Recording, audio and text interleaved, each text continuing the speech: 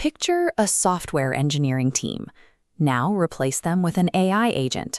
Over a single weekend, this agent ran 700 distinct optimization experiments on a live codebase.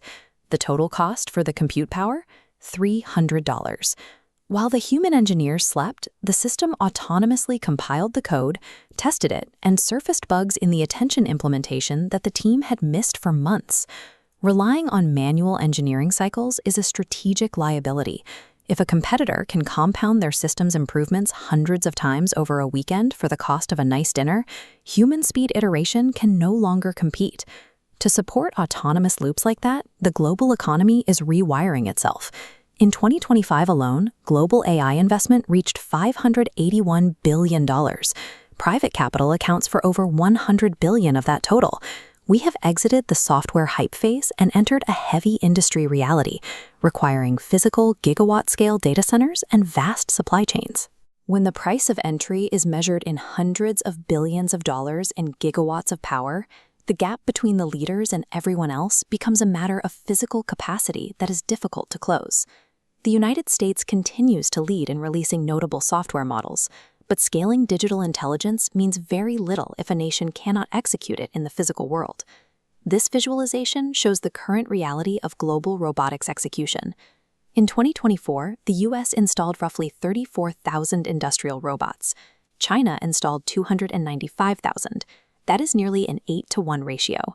A nation might lead in software algorithms, but whoever builds the robotic arms controls the physical automation of the global economy. Dominance is also shifting away from the raw models themselves.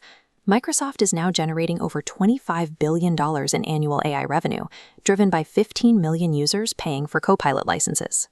Their strategy centers on the application layer.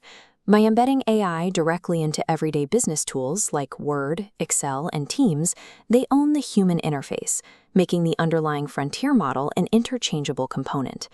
The victor in this space won't necessarily be the lab that builds the smartest neural network. It will be the company that controls the surface layer where humans actually work. We are also seeing the internet itself being rewired for these autonomous agents, a practice known as context engineering.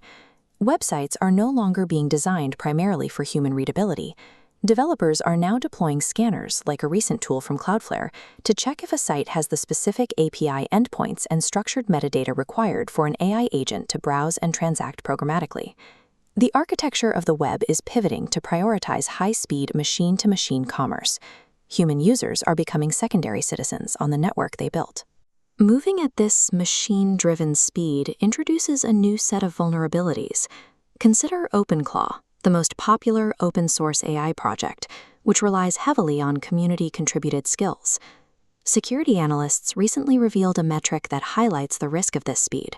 1 in 5 of those community skill contributions is actively malicious. The project now receives 60 times more security and bug reports than foundational open-source tools like curl. The rush to ship code quickly has created a massive surface area for supply chain attacks. In this ecosystem, fast adoption has directly translated into fast contamination. High-speed data output often masks a lack of structural competence.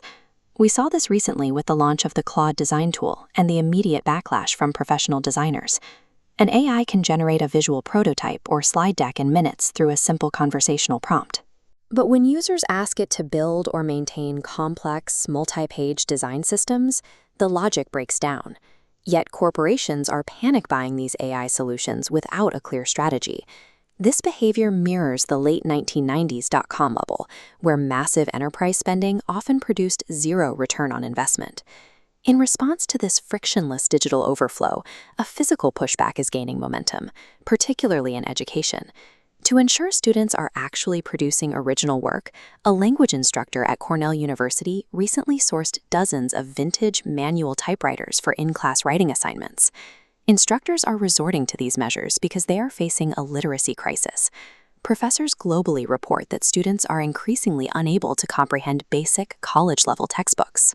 With machines now mastering the art of digital synthesis, educators are finding that returning to these analog constraints is one of the few ways to ensure the work they're grading is a product of human effort. This academic retreat is escalating into national policy.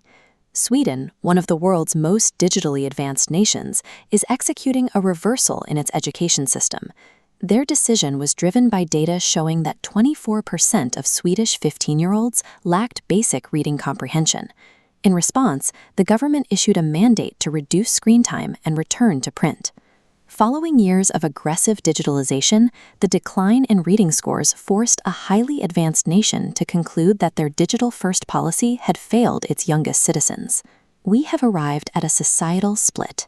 On one side, trillion-parameter models run hundreds of code optimizations overnight. On the other, university students are being handed manual typewriters. We have successfully industrialized machine intelligence, but human biology is slow, requiring effort and repetition to learn. This inherent friction limits our ability to safely integrate these systems.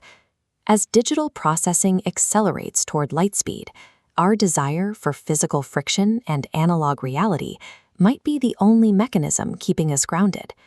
The heavy infrastructure is already in place. The gigawatt data centers are humming, and the web is scanning for autonomous agents. We built the autonomous machines to run faster than we ever could. The question now is whether human society can survive their speed.